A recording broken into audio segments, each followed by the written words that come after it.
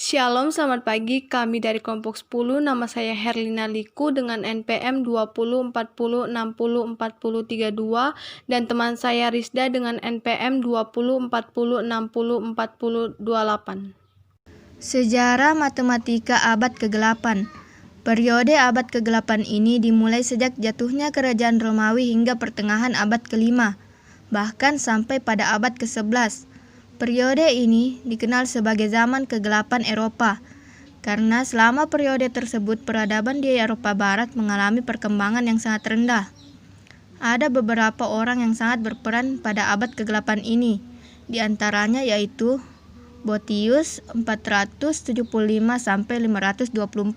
seorang pejuang bangsa Romawi, sarjana hukum gereja yaitu Bede dan Alcuin, sekitar 673-735, dan seorang sarjana Prancis yang terkenal dan seorang gerejawan Gerbet 950-1003 yang menjadi Paus Sylvester II.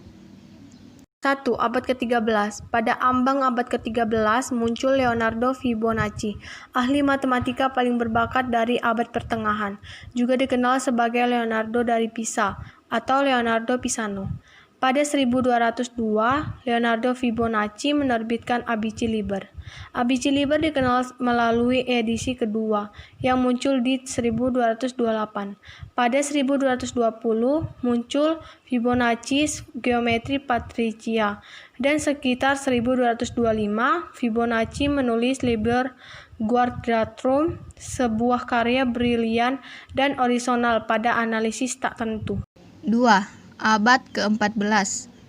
Abad ke-14 adalah abad Black Death, dan pada abad ini terjadi perang 100 tahun dengan gejolak politik dan ekonomi di Eropa Utara.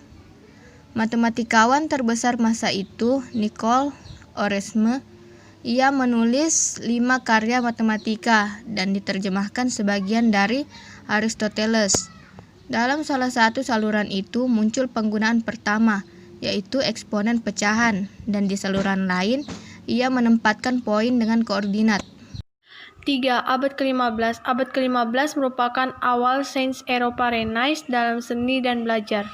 Puncak dari runtuhnya Kekaisaran Bizantium yaitu ketika jatuhnya Konstantinopel ke tangan bangsa Turki pada tahun 1453. Ketika urutan kronologis yang pertama kita menyebutkan Nicholas Cusa.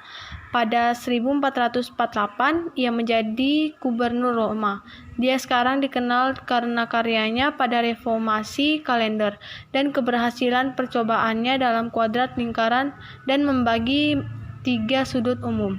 Seorang ahli matematika bernama Georg von Peuch 1423 sampai 1461. Dia menulis sebuah artimatika dan bekerja di bidang astronomi dan menyusun tabel sinus. Ahli matematika Albrecht dan paling berpengaruh pada abad ini adalah Johann Miller 1436 sampai 1476. Pada usia muda ia diberi kepercayaan dengan tugas menyelesaikan terjemahan yang terakhir tentang Almagest. Ia juga menerjemahkan karya-karya Apollonius, Heron, dan Archimedes. 4. Abad ke-16. Prestasi matematika pada abad ke-16 adalah yang pertama, simbol aljabar telah dimulai dengan baik. Yang kedua, perhitungan dengan angka Hindu-Arab menjadi standar. Yang ketiga, pecahan desimal telah dikembangkan. Yang keempat, persamaan kubik dan kuadrat telah diselesaikan. Yang kelima, bilangan negatif telah diterima, dan yang terakhir, trigonometri telah disempurnakan dan sistematis. Dapat menghitung dengan beberapa tabel yang sangat baik sekali.